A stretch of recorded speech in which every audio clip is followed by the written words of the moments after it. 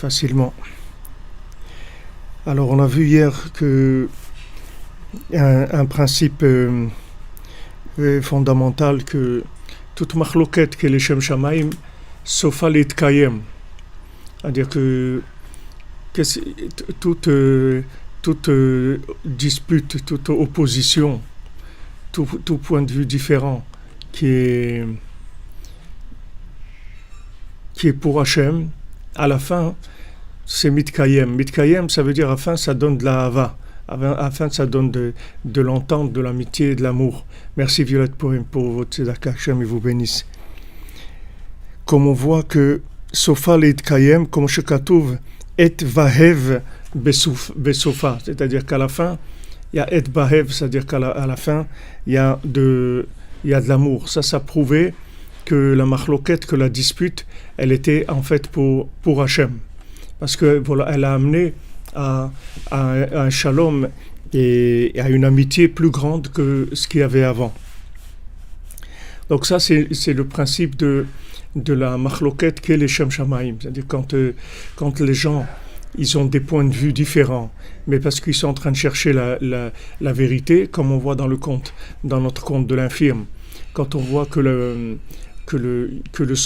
soleil discute avec la lune et ils ont des points de vue différents, c'est-à-dire que lui il se plaint de dessécher l'arbre et elle lui dit mais tu t'occupes des problèmes des autres. Le vrai problème c'est que moi j'ai un problème dans les pieds, il y a les démons qui prennent l'énergie de mes pieds, donc j'arrive pas à réaliser les choses que je dois réaliser, et lui donne le conseil d'aller chercher la poudre pour soigner ses pieds.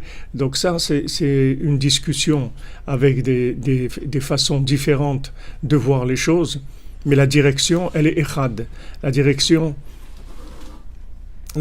c'est un. Madame Guel, c'est moi qui vous remercie pour les cours, c'est pas moi. C'est pas moi, je vous promets que c'est pas moi. Moi, je sais vraiment rien du tout. Le cours de cette nuit, c'est vous, c'est votre recherche, c'est votre travail, c'est l'aide-vous de doute que vous faites, c'est tout ce que vous faites de bien. Ça fait descendre du Lev à Elion, du cœur. Il y a un cœur céleste en haut, Rabbeinu dit, où là-bas il y a toute la Torah, il y a des chidushim de Torah, des nouvelles paroles de Torah sans arrêt qui jaillissent de ce cœur-là. Et quand on se connecte, alors ça descend de là-bas. Baruch Hashem, il faut remercier Hashem qui a envoyé un tzaddik comme Rabbeinu.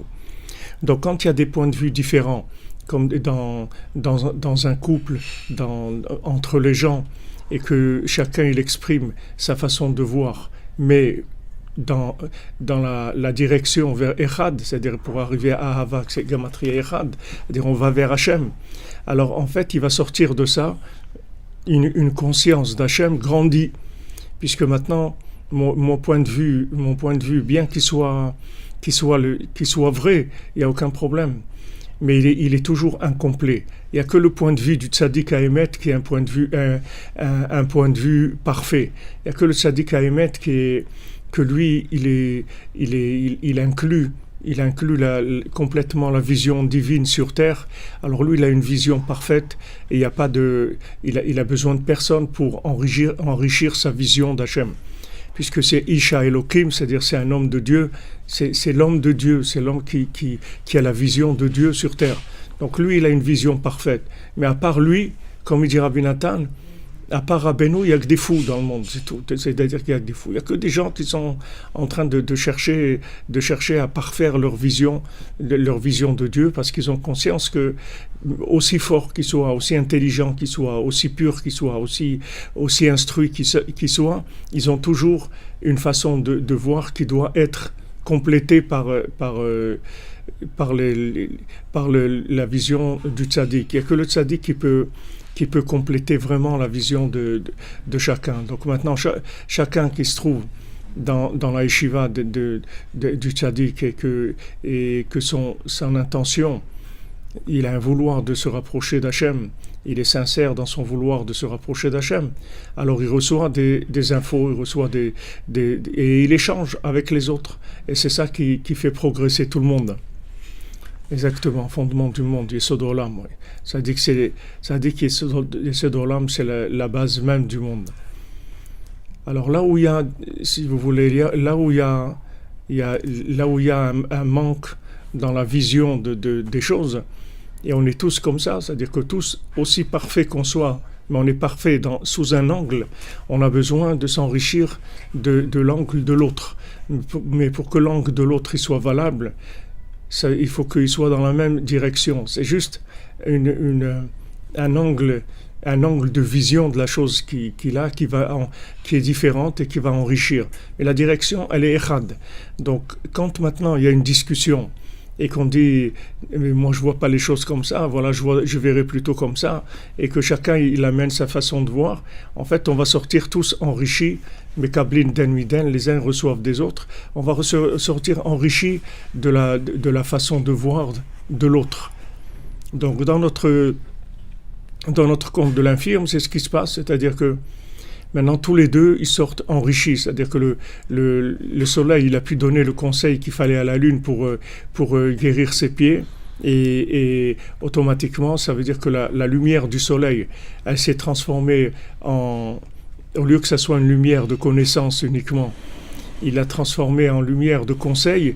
Et quand on parle de conseil, ça veut dire des pieds, c'est-à-dire du mouvement. De pouvoir circuler, avancer, progresser. Donc la lune, elle peut progresser, et donc grâce à la lune, il a transformé la lumière de la connaissance en la lumière de conscience.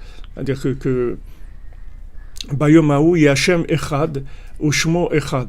Hashem Echad, c'est solaire. Shmo Echad, c'est lunaire. Donc il y a un jour où les deux ils vont se rencontrer. Donc, tant que ce jour, il n'est pas là, one day, comme on dit, one day, ils vont se rencontrer tous les deux. Hashem Echad, Shmo Echad. C'est-à-dire, un jour, Hashem et son nom, ils vont se rencontrer. C'est-à-dire, un jour, Adam, il va être Adam Shalem. C'est-à-dire qu'il va avoir le mari parfait avec l'épouse parfaite. En attendant, tout le monde cherche. Tout le monde cherche et tout le monde a des points de vue différents qui les changent dans le shalom et dans l'intention toujours de Echad.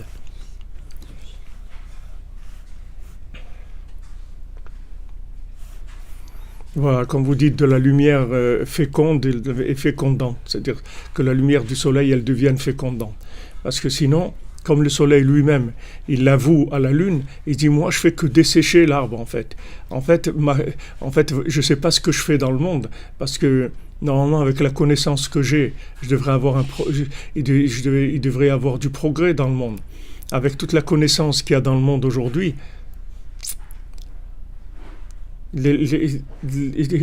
normalement on devrait être les gens les plus heureux qu'il y a jamais eu dans le monde depuis la création du monde, avec toutes les connaissances qu'on a, avec Rav Google, avec tout ce qu'il y a, des connaissances, de Wikipédia, ce que vous voulez, vous cherchez une notion sur n'importe quoi, vous avez tout ce qui peut exister sur ça, vous avez des bibliothèques de milliers de livres en ligne que vous pouvez consulter sur tous les sujets, vous avez des consultants, des gens qui savent beaucoup de choses dans tous les... Normalement, on devrait au top du bonheur sur terre. Et malheureusement, comme il avoue le soleil lui-même, en fait, je fais que dessécher l'arbre, c'est tout. C'est ça ce que je fais. Toute ma connaissance, elle a servi qu'à dessécher l'arbre, puisque je ne suis pas arrivé à la transformer en conscience, je ne suis pas arrivé à la rendre, comme vous avez dit, fécondante, c'est-à-dire que je ne suis pas arrivé à ça.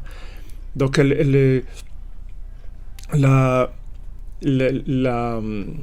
la lune, elle lui dit, c'est parce que tu t'occupes des problèmes des autres. Des autres, ça veut dire que ta connaissance, elle n'est pas orientée là où elle doit être orientée. Ta connaissance, elle n'a qu'un seul but, c'est de driver, de diriger la lune. C'est ça ta connaissance. Si ta connaissance, elle ne dirige pas la lune, elle ne peut pas féconder, elle ne peut pas donner un enfant, elle ne peut pas faire sortir Echad, elle ne peut pas faire sortir de 2, 1.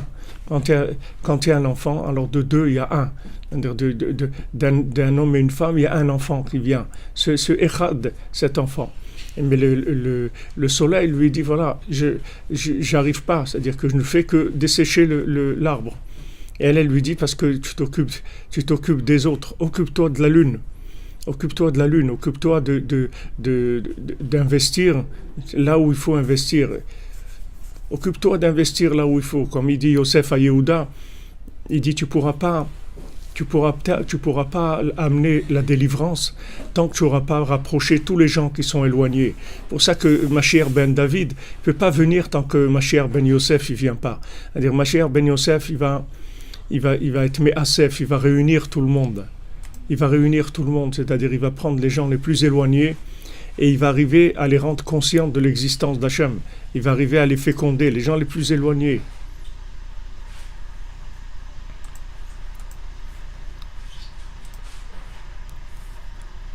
Ça, c'est le travail de Yosef.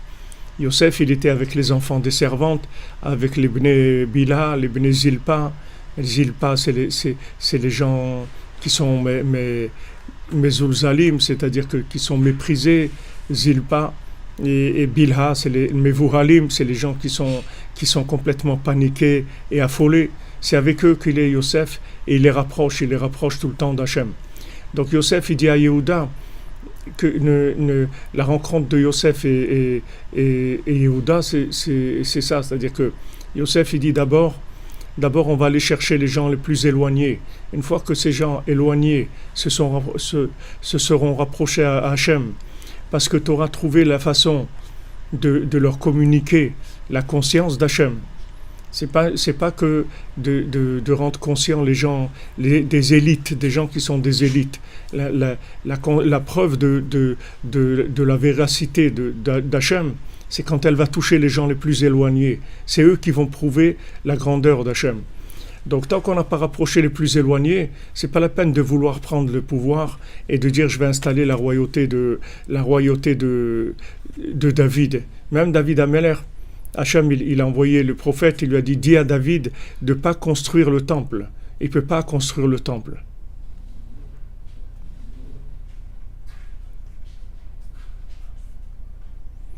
Il a dit tu ne peux pas construire le temple. Pourquoi ? Parce que c'est vrai que tu as trouvé l'endroit, que tu as acheté l'endroit, que tu as tout fait théoriquement pour que le temple puisse être construit. Mais tu peux pas. Tu peux pas parce qu'il n'y a pas assez de shalom. Il n'y a pas assez de shalom. Maintenant, son fils qui s'appelle Shalom, Shlomo, c'est-à-dire son fils Shlomo, lui, il va arriver à construire le temple. Pourquoi ? Parce que il a amené du shalom. Comment il a amené du shalom ? Parce qu'il a amené des millions et des millions d'exemples. Il a amené Michelet, il a amené des millions d'exemples dans le monde. Ces millions d'exemples, c'est des principes de compréhension qui sont adaptés aux gens les plus éloignés. C'est-à-dire de trouver un exemple pour chacun, pour chacune sur terre, de manière à le connecter sur la connaissance et que lui aussi devienne conscient d'Hachem. Donc lui qui a l'exemple, qui a dit que le principe de la Torah du Sipurei Maasiot, lui il va rapprocher tout le monde. Lui, Hu Yinachamenu, c'est lui qui va nous consoler. Lui il va nous consoler. Pourquoi il va nous consoler ? Parce qu'il a amené les contes. Et les contes, c'est la possibilité de l'identification de chacun et de chacune d'entre nous, peu importe le niveau où on se trouve. Même si on se trouve dans les niveaux les plus éloignés, il n'y a personne qui peut ne pas s'identifier à l'infirme ou au mendiant ou à la princesse ou au second du roi ou au cordonnier. Il y a toujours, tout le monde va se sentir faire partie de ces personnages-là, que ces personnages, en fait, c'est une partie de la vie de chacune d'entre nous. Et ça, c'est la Torah de la Géoula. Ça, c'est la Torah de la délivrance finale. Puisque du moment où la Torah s'est transformée en exemple qui puisse donner à chacun la possibilité de se reconnaître à travers cet exemple-là, ça y est, c'est le monde est réparé. Puisque du moment où on se reconnaît dans le conte, on reconnaît notre vie, alors à ce moment-là, on est inclus dans la Torah, on est inclus dans l'infini, on est inclus dans Hachem, et le monde est réparé. Donc si vous voulez, tout le principe de la discussion entre Yosef et Yehuda, toute la discussion entre Hillel et Shammai, c'est uniquement des angles de vue. des angles de vue. Shammai, il a un angle de vue. Hillel, il a un angle de vue. Et les deux angles de vue, ils sont vrais. Seulement, il faut échanger. Il faut échanger. C'est-à-dire que il faut inclure Hillel dans Shammai et Shammai dans Hillel. Maintenant, Shammai, c'est une vision, comme le nom le dit, Shammai, c'est Shamaim, c'est le ciel, c'est la vision d'en haut, c'est une vision très élevée. Shammai, il dit à Hanouka, on allume les 8. Le premier jour, allez, on y va, les 8 d'un coup, on allume. Hillel, il dit non, on n'allume pas les 8, on allume une, c'est tout. Une, c'est tout. Echad, c'est tout, ça suffit. Chaque soir, on allume une, ça suffit. Et Shammai dit, mais tu peux pas allumer que une. Le but, c'est d'arriver au Yom HaShmini, au 8e, à l'infini. Le 8, c'est l'infini, c'est-à-dire sortir du temps. Alors, Hillel et Shammai, entre les deux, ils trouvent une façon d'allumer la Hanoukia, d'allumer la lumière de Hanouka, qui correspond aux deux. On va allumer une tous les soirs, mais une de plus. C'est-à-dire on va allumer 1, 2, 1, 3, 1, 4, jusqu'à ce qu'on arrive à 1, 8. C'est-à-dire qu'on va arriver que 1, ça devienne 8. On va rajouter une tous les jours. On va faire Mossir Veoler. On va rajouter chaque jour une bougie, jusqu'à ce qu'on arrive à 8.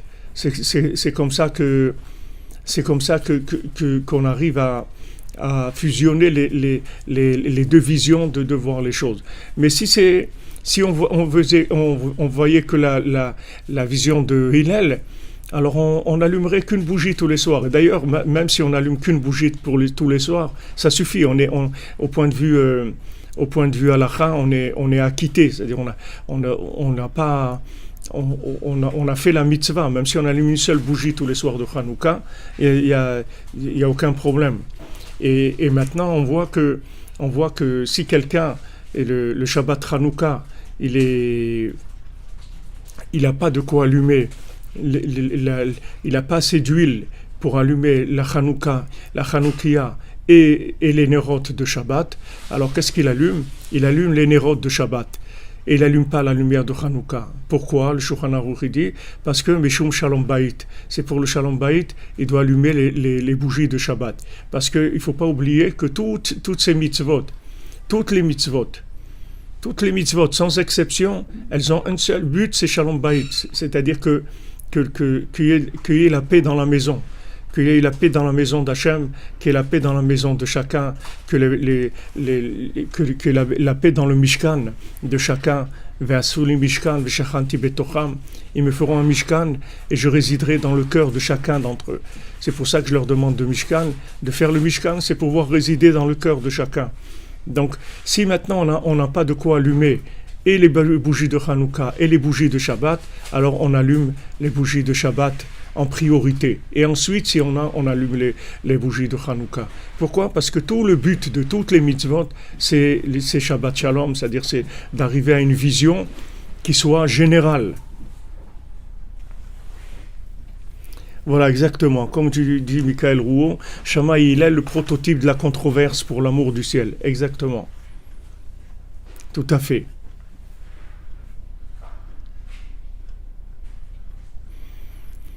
Rigi Romain, ce que Rabbeinu dit dans Chayei Moharan que Mashiach ben Yosef et Mashiach ben David, c'est une seule personne, ça c'était le fils de Rabbeinu. Le fils de Rabbeinu qui s'appelait Shlomo Ephraim, c'était Shlomo ben David et Ephraim ben Yosef. C'est-à-dire il incluait les deux. Ça peut être une seule personne. Si vous voulez, dans le cas de Rabbeinu, il était dans une seule personne. Il peut être une seule personne et il peut être deux. C'est pas obligé qu'il soit une seule. C'est comme Rachel et Léa, c'est-à-dire quand Yaakov il s'est marié avec Rachel et Léa, c'est deux personnes distinctes. Mais après Rachel et Léa, ça n'a plus existé, ça. C'est devenu même interdit. C'est-à-dire que le mariage, c'est-à-dire dans chaque épouse, il y a les deux. Rachel et Léa se trouvent dans chacune. Parce qu'Hachem, il a changé à partir de Yaakov. Yaakov, il est arrivé déjà dans sa vision, harmonieuse, c'est-à-dire des choses, dans sa vision du milieu, dans sa vision d'équilibre. Il est arrivé à amener un nouveau principe dans le monde qui a changé qui a changé la vision des choses, qui a changé les personnages eux-mêmes. C'est-à-dire que maintenant, à partir de Yaakov Avinu, à partir de Rachel et Léa, il n'y aura plus jamais des gens qui seront ou Rachel ou Léa. C'est-à-dire toutes les femmes, elles sont Rachel et Léa en même temps. C'est-à-dire on a les deux angles. Rachel et Léa aussi, c'est Shammai et Hillel. Hillel c'est Rachel, Shammai c'est Léa. C'est toujours les deux principes. Léa c'est le principe de la lumière d'en haut, à l'état pur, c'est l'idéal, c'est l'absolu. Et Rachel c'est la révélation de la lumière dans ce monde. Et c'est possible que Mashiach ben Yosef et Mashiach ben David, ça soit une seule personne. C'est possible. Voilà, exactement. C'est-à-dire que c'est deux principes qui sont réunis dans une personne. C'est-à-dire que c'est le principe de Yosef et Yehuda, le principe de Ben Yosef et Ben David, c'est des approches. Ce sont des approches. Mais ces approches-là, elles peuvent être dans une seule personne. Quand vous avez un élève parfait, c'est-à-dire comme Rabbi Nathan, alors vous avez les deux. Parce que vous avez le maître qui se trouve dans l'élève. C'est-à-dire Rabbeinu, il se trouve dans Rabbi Nathan. Quand Rabbeinu il a lu qu'est-ce que Rabbi Nathan il a écrit, alors il a dit mais ça c'est moi, ça c'est moi, c'est la main de Rabbi Nathan avec mon cerveau. C'est-à-dire que Rabbi Nathan il est arrivé à complètement devenir le porte-parole, le porte-avions, le porte-connaissance de Rabbeinu. C'est-à-dire complètement, il s'est complètement annulé à Rabbeinu, donc il est devenu une main de Rabbeinu dans le monde, il est devenu l'élève. Et cet élève, donc, il n'a plus de difficulté à mettre les choses en place. Vous prenez dans les Meraglim,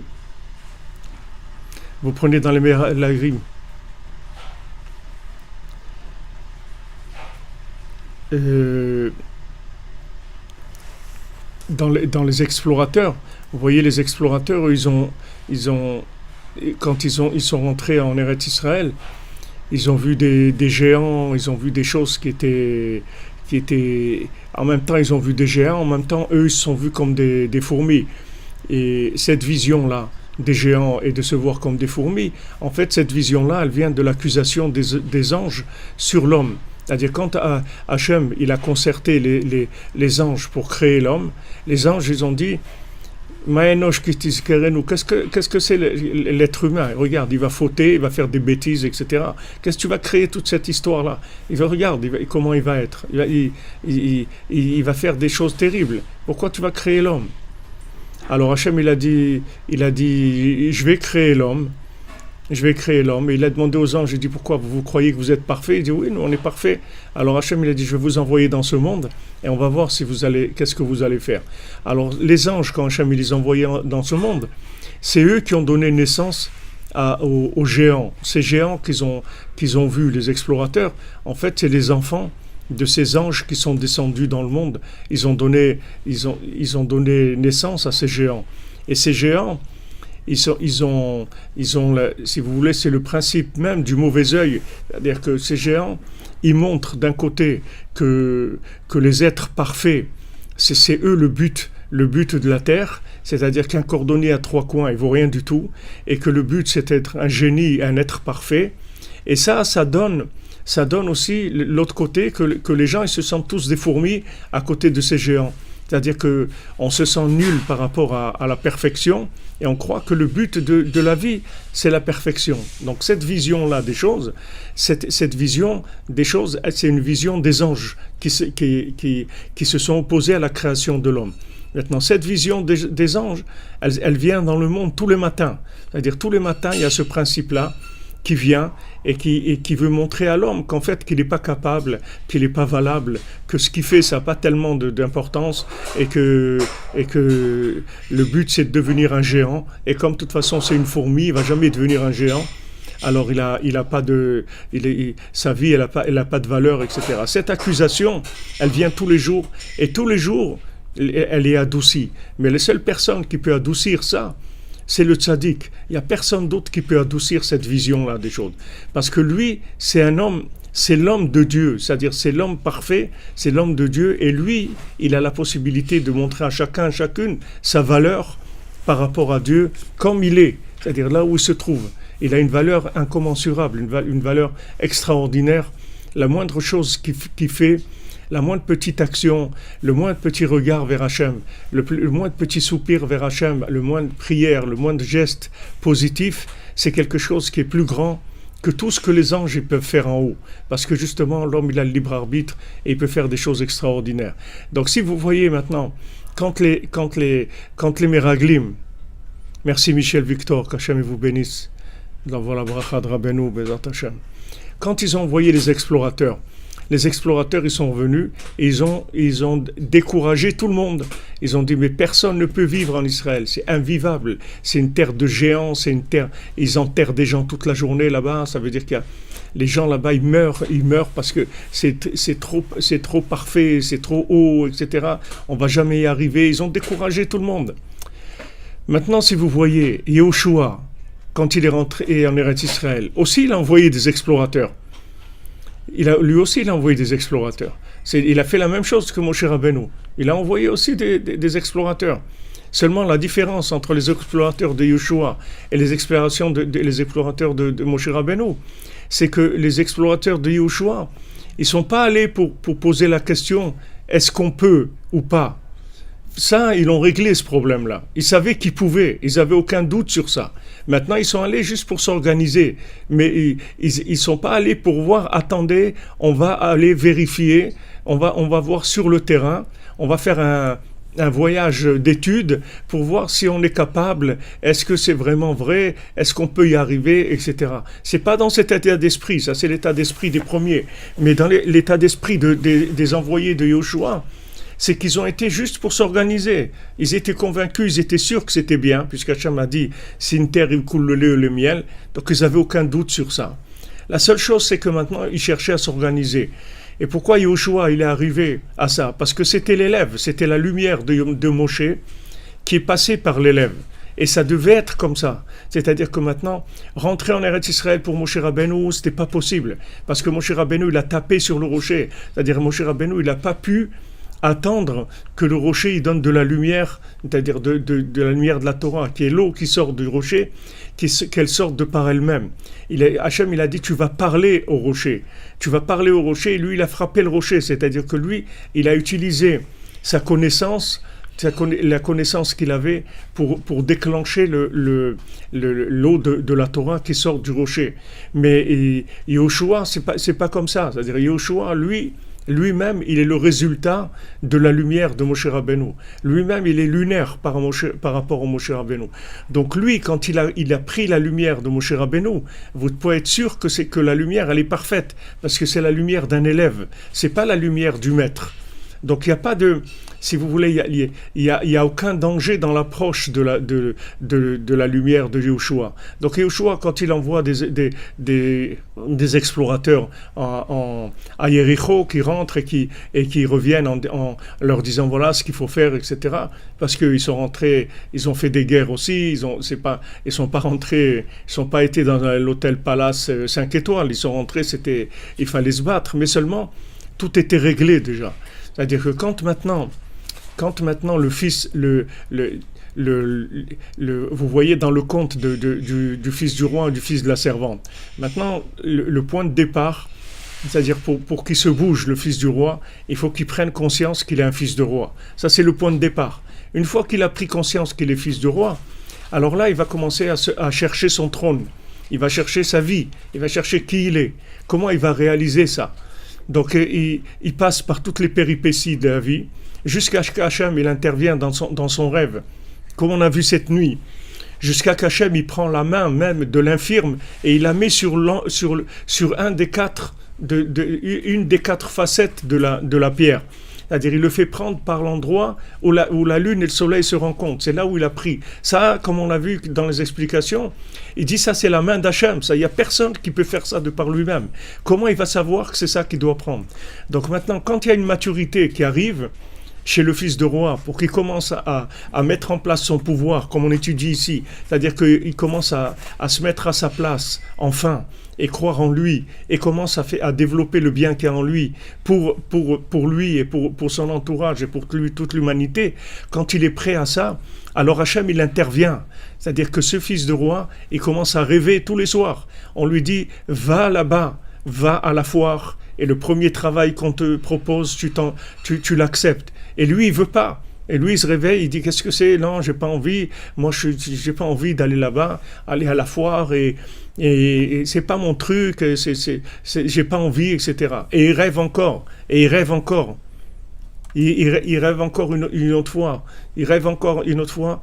Et à la fin, on le met en garde. On dit, gare à toi. Fais attention, si tu tiens à ta vie, si tu veux rester vivant, si tu veux faire quelque chose de ta vie, fais ce qu'on te dit.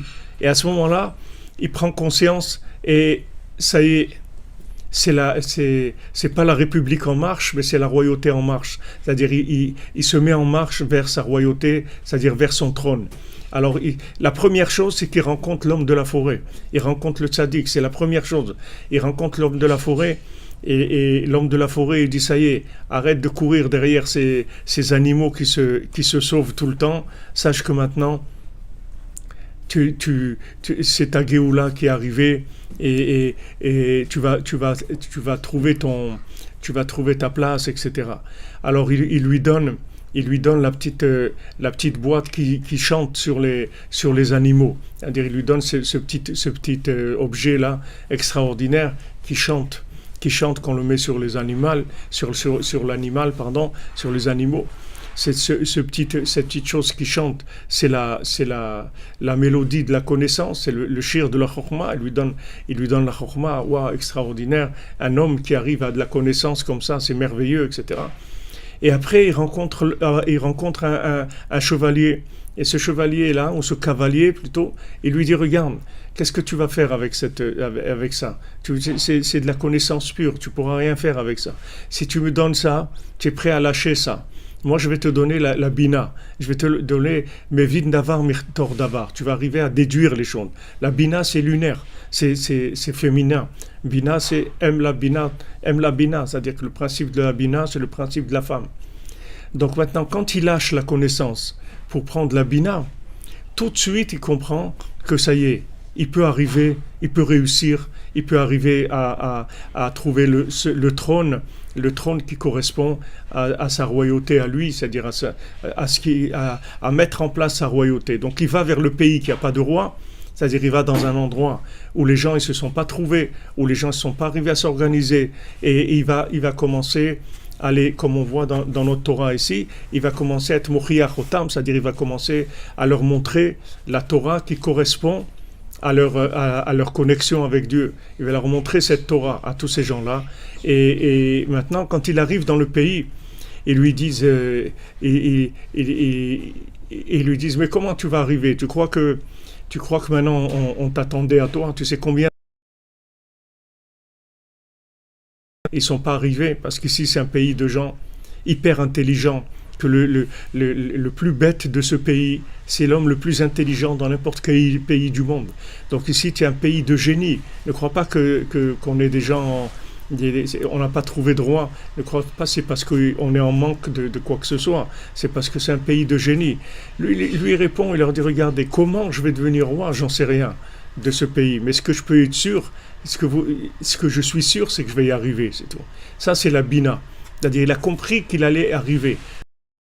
Rouler, c'est pas, mais il est sûr de lui. Et quand il rentre, il met toutes les choses à leur place, c'est tout. Il fait pas des bouleversements. Il fait pas de guerre. Il fait pas des bouleversements complets. Qu'est-ce qu'il fait? Juste, il met les choses à leur place. Il dit ça, mettez-le là, ça, mettez-le là. Et dès qu'il déplace les choses, ça y est, tout se met à fonctionner. Ça, c'est le fils du roi qui est à la recherche de sa royauté, comme on voit ici, que Rabbeinu dit au début de cette Torah 56, que chacun il a un pouvoir, chacune a un pouvoir. Et ce pouvoir, c'est pour exister lui-même, pour débloquer tous les gens qui dépendent de lui, pour faire avancer les choses. Donc maintenant, comment il va arriver à ce pouvoir-là? Par le fait que maintenant, il arrive à la connexion à la Bina, c'est-à-dire une fois que le soleil, il a compris de la lune, que en fait, tout son but, c'était d'orienter la lune et de lui donner des conseils pour ses pieds, c'est-à-dire que la lune ait puisse trouver comment réaliser le projet d'Hachem sur Terre. Alors ça y est, à partir de ce moment-là, ça commence le chemin de la Géoula. Mais maintenant, vous voyez que quand la personne est mûre, il y a l'intervention d'Hachem. Ils croient que le comment, ils ne savent pas comment faire. Mais c'est pas le comment c'est pas le comment qui nous manque. Ce qui nous manque, c'est la conscience, la maturité de la chose. Une fois qu'on a acquis la maturité, alors le comment, c'est pas un problème. Les gens, ils veulent monter habiter en Eretz Israël. Ils veulent faire la Aliyah, monter habiter en Eretz Israël. Ok. Alors ils se disent, mais comment je vais pouvoir vivre là-bas? Comment je vais faire pour arriver? C'est pas le comment, c'est qu'il faut que tu arrives à la maturité de la chose.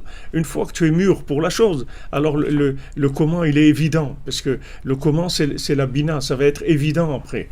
Une fois que tu as eu la bina, tu vas rentrer, tu vas savoir tout de suite, et tu vas trouver ta place. Tu vas trouver ta place parce que chacun, Hachem il lui a donné sa place en Eretz Israël.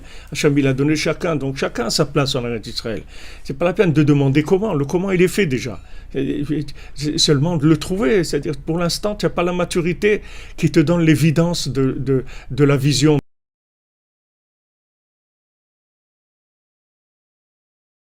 Travailler, c'est le da'at, c'est-à-dire la conscience.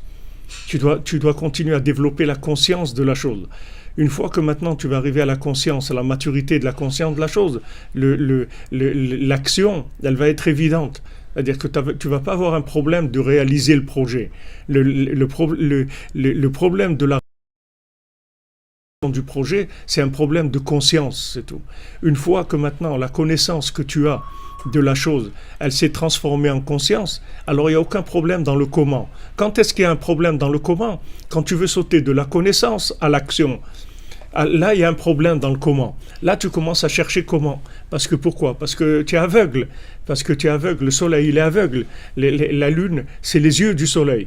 Le soleil, il ne voit rien du tout. Le soleil, il est aveugle. Bien qu'il éclaire le monde, mais lui, il ne voit rien du tout.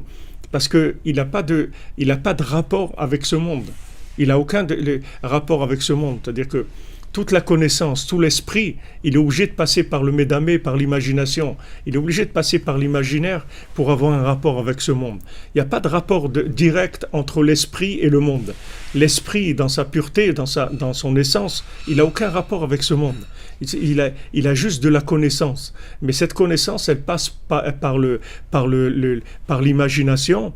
Et dans l'imagination, c'est là où elle se réalise. Où elle se réalise. Donc, le médamé, le Koha médamé, c'est-à-dire quand on dit madame, c'est Koha médamé, c'est-à-dire que c'est elle qui va permettre au soleil de pouvoir réaliser le projet de l'esprit qu'il a. Mais lui, s'il va en direct, s'il fait direct soleil, action, il ne va rien se placer du tout. Ça va être une catastrophe. Parce qu'il ne peut pas. Il ne sait pas du tout gérer la cuisine. C'est pas son domaine du tout. C'est pas du tout son domaine. Il sait pas ce que c'est la cuisine.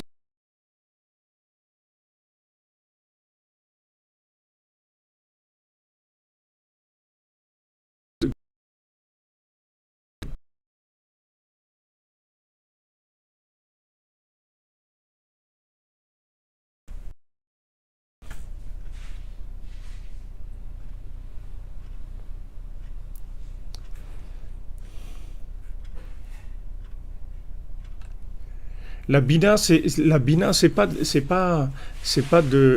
la bina, c'est pas l'intelligence, c'est la compréhension. Parce que le mot intelligence en français, malheureusement, c'est un mot qui veut pas dire grand chose. C'est-à-dire c'est c'est pas ni la chokhma ni la bina, parce que la chokhma c'est de la connaissance et de la bina c'est le côté de la compréhension concrète dans ce monde. C'est-à-dire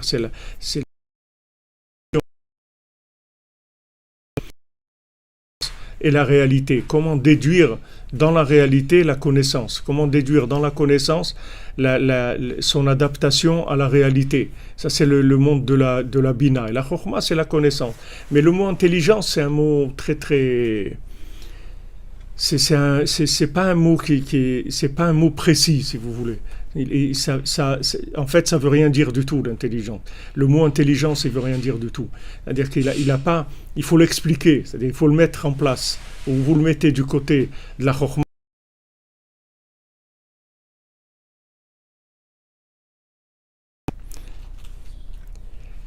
Qu'est-ce qui se passe? Il y a des coupures. Il y a des coupures du son. Attendez, alors c'est normal, la Malek, il attaque, qui travaille. Et aussi, là, ça parle à ça. Il faut qu'il travaille. Alors, laissons voir. Peut-être on va changer le fond. Mettre un fond qui soit moins lourd. Parce que j'ai l'impression que la caméra, ça rend le fond un peu lourd. Donc, désolé, on change de fond. Et on va essayer de voir si ça va mieux avec ça.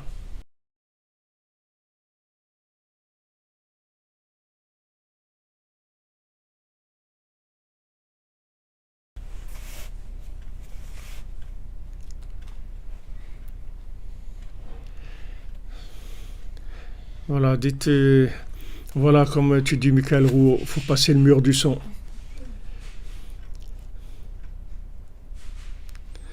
Ah, merci, Régis Romain. Ouais, Amalek qui vient combattre Israël à Refidim. Refidim, ça veut dire quand ils ont baissé les bras, quand ils sont découragés, qu'ils n'ont pas de force. Ah, merci, Déborah. On avance pour Hachem. Est-ce que c'est bon là est-ce qu'il y a pas c'est bon, il n'y a pas de coupure? Et Yoshua avait vaincu Amalek et son peuple au tranchant de l'épée. Ça a l'air mieux. Ouais, je pense que c'est la caméra que j'avais mis en fond, c'est trop ça prend trop de bande passante. Donc il vaut mieux une image comme ça qui est pas trop lourde. Intelligence capacité d'adaptation. Il y a ça aussi dans l'intelligence. Et ça veut rien dire compréhension. Que vous dites intelligence en français, c'est compréhension, ça veut rien dire. Aussi compréhension, ça veut rien dire parce que c'est des mots. Pas. Si vous voulez, il y a en même temps chokhma et en même temps bina dans compréhension. Parce que la Torah, elle dit imiadativ hayitiv. Si je comprends, alors je deviens la chose. Si j'ai compris, je deviens la chose. Mais maintenant, avant de devenir la chose, c'est-à-dire quand je connais la chose uniquement théoriquement, au niveau de la connaissance, j'ai déjà compris quelque chose, mais j'ai pas compris assez pour que ça mette mes pieds en route. C'est-à-dire que dans la compréhension, il y a le côté aussi de la chokhma et le côté aussi de la bina.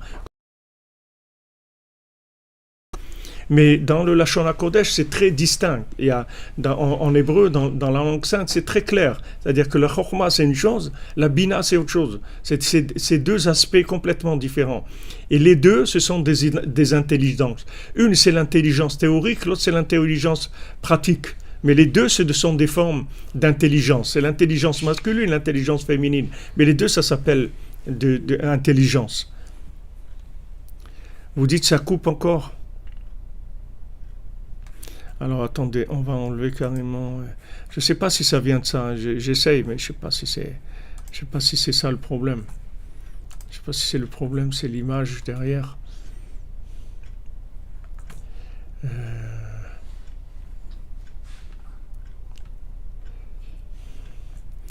Attendez. Aïe aïe aïe aïe aïe aïe aïe.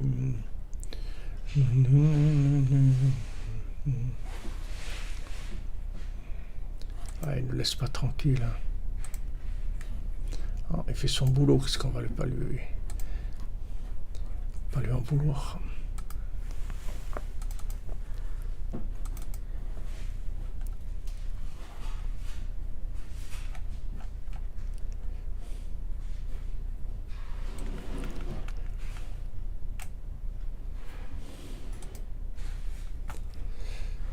va essayer.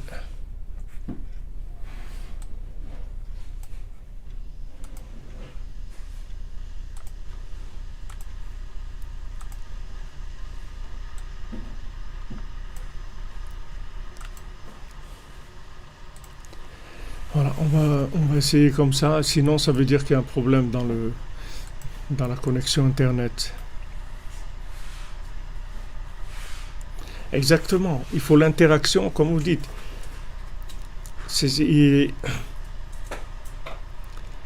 Non, ce que vous dites est aussi bien, Madame Gibus, que Madame Mouid, que l'intelligence technique et l'intelligence émotionnelle, c'est-à-dire le côté, le côté, le côté inspiration, le côté organisation, les deux ensemble, c'est c'est normal que c'est rare, hein, parce qu'on peut pas. C'est-à-dire que même si quelqu'un de masculin, il a toujours un côté féminin et le féminin, il a toujours un côté masculin, c'est une petite partie.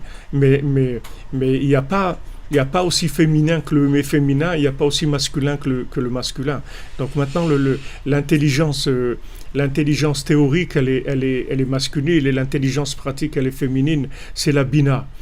Mais en français, quand on dit intelligence, ça veut rien dire en fait. C'est-à-dire c'est une étape qui a pas de, c'est un mot qu'il faut expliquer parce qu'il est pas, c'est un mot qui est en route. Il a besoin d'être développé. Mais en Lashon HaKodesh, quand vous dites Chokhmah et Bina, c'est des choses qui sont complètes, c'est des principes qui sont complets. Donc maintenant, si vous voulez, le tzaddik lui-même, Moshe Rabbeinu lui-même, il a besoin d'Yehoshua. C'est-à-dire que Hachem, à un moment,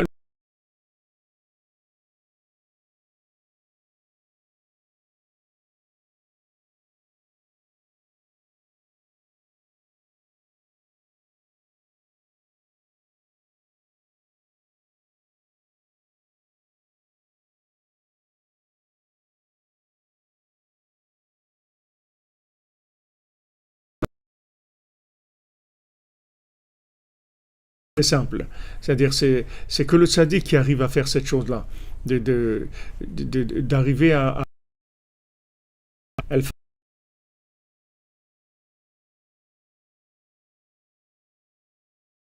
investi vers la conscience et pas autrement.